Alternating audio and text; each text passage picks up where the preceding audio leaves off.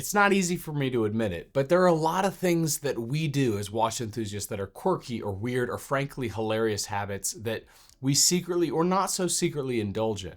And let's face it, we're an odd bunch, and sometimes our behavior makes non-watch people question our sanity. So grab your favorite loop and let's laugh at ourselves a bit, because here are some genuinely weird things that we as watch enthusiasts do, or at least I do, and maybe you do as well. And at the end, I'm going to talk about probably my favorite of all of these different things that I am very, very guilty of. The first one, let's start easy.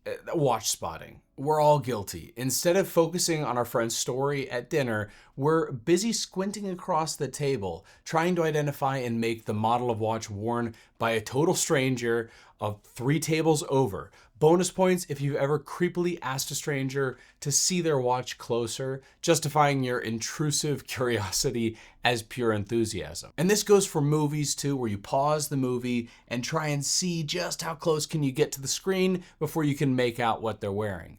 And then it always frustrates you. Maybe you reverse Google image search it, and eventually you find the model. And if you don't, then it bothers you the rest of the movie and try and see if you can get a better glimpse of it later. Number 2, reorganizing watch boxes or straps. So admit it, we have reorganized our watch box more often than our sock drawer.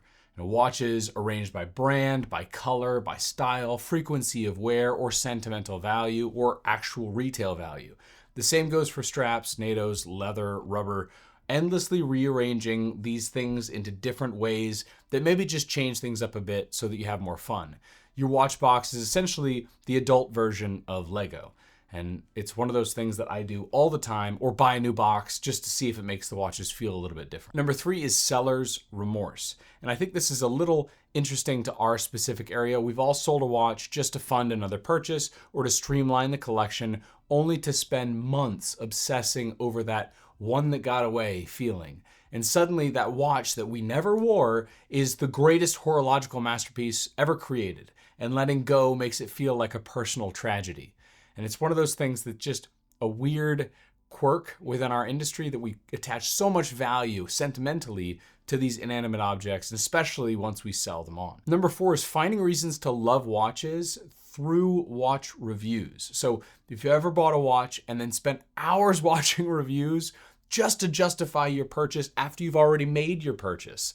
And I think that's a classic. We crave validation, especially after dropping significant cash. If a random YouTuber like myself or someone else says that it's great, we instantly feel better. And it's the horological equivalent of reading Yelp reviews after dining at a restaurant, where you just see if everyone else agrees that that was the right decision or they feel the same way that you do. Number 5 is setting strict limits on watch sizes. So no watches above 40 millimeters. We proudly declare, until we see a stunning 42 millimeter diver or a chronograph, or suddenly our rules are conveniently a little flexible because, wrist presence matters, or it doesn't, or until it doesn't. Our strict size rules are just as reliable as our promises not to buy another watch next year. It's probably going to happen, or at least a year after that. Number 6 is trying to develop a watch collection theme. Now, we love inventing little themes for our collections. I only collect divers. I only collect vintage chronographs from the 70s, or only watches with blue dials, until inevitably we find a watch that shatters our arbitrary rules, forcing us to rewrite the theme entirely again, or to decide whether or not you want to sell everything and go in a totally different direction. Number 7 is always hunting for another watch, usually on eBay. I don't know who hasn't in this community spent hours scrolling through eBay or Chrono24 or Watch Recon or something like that, just to promise ourselves that it's just casual browsing, until suddenly it's 2 a.m. and we're convinced we've discovered the deal of the century, or at least until daylight reveals that we almost dropped $1,000 on a watch missing a pretty substantial component. It's just one of those things that we all tend to do, and following those bidding wars or those strategies, I think, is really a fun and unhealthy part of our hobby, to just sit there and see if you can get a fantastic deal on a watch. Whether or not you've really fully spec'd it out is always secondary. Number 8 is intense brand loyalty and disliking other brands.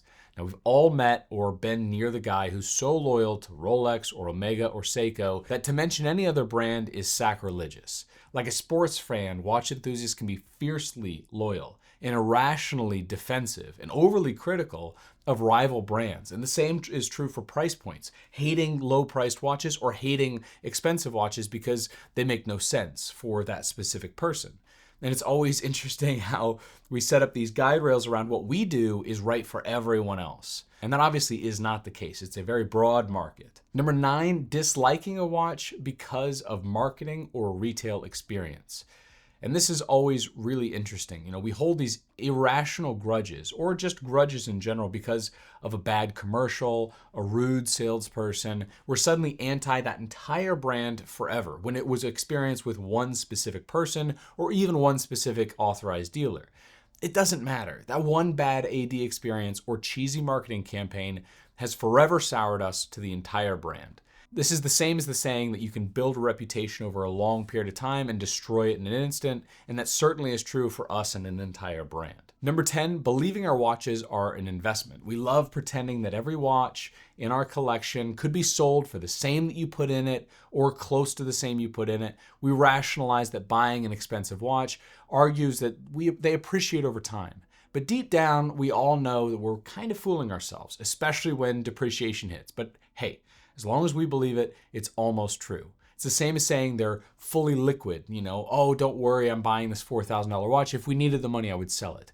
When push came to shove, selling it is very difficult. And though I have done it, it is a rarity, not fun to do, and typically involves some sort of loss. Number 11 is wearing multiple watches in one day. If you've ever found yourself changing a watch multiple times a day, maybe one for the morning, one for work, one for after work drinks, and yet another one when you're just relaxing in bed. Just because it's there, it's staring at you in the watch box. Non-watch people might call this excessive, but to us, it's perfectly normal behavior. Sometimes you want to wear this for that specific occasion, and sometimes you feel like you've let something sit too long, so you have to wear 4 every day. Number 12 is comparing our watch collection with others. Watch collection videos can be simultaneously inspiring and depressing. 1 minute you're proud of your modest collection and that you have a watch that this other person also shares a love for, and the next you're questioning that every decision you've ever made is wrong because someone else has an entire room filled with priceless grails.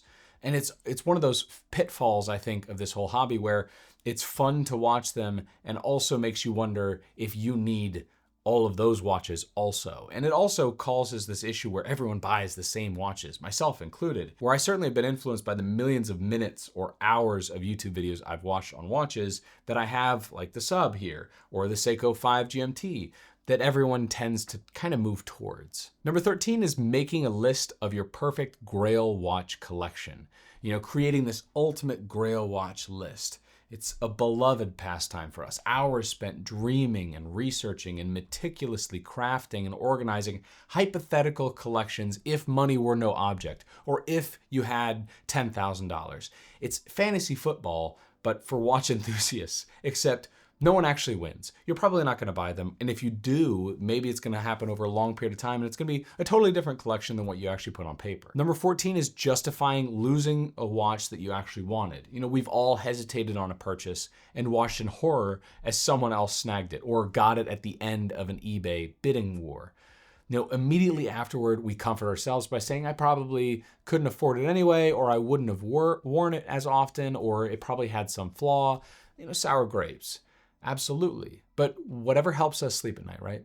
Number 15 is my favorite, and that is considering selling everything and starting over again. We all know we're not going to do it. We have at least some of them that have a certain sentimental value, but every so often, I feel like once, twice, sometimes 3 times a year, I look at the whole collection, or I have in the past, looked at the whole collection and thought, I'm just going to sell all of them and buy this one. Or I'll sell like 3/4 of them to buy this watch. Or, maybe I don't need watches at all. This is a silly thing that I've put this money into and totally irresponsible. And all of that is 100% true. But what I always love are those moments of self-reflection where you think, you almost get sanity and clarity for a moment and think, why do I have all of these?